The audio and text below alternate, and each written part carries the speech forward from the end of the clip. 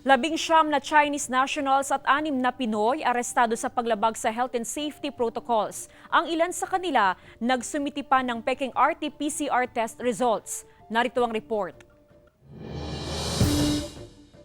Hinuli ang 19 na Chinese nationals dahil sa paglabag sa health and safety protocols matapos dumagsa sa Land Transportation Office sa City of Ilagan, Isabela.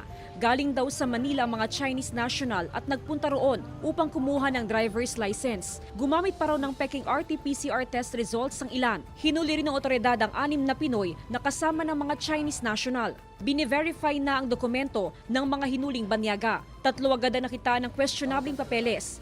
Tumanggi magbigay ng pahayag ang mga nahuli. Sinampahan na sila ng kaso. Basta in-file may 11332 saka yung fake na RT-PCR test. Saka yung fake documents nila. So yung fake na RT-PCR test nila.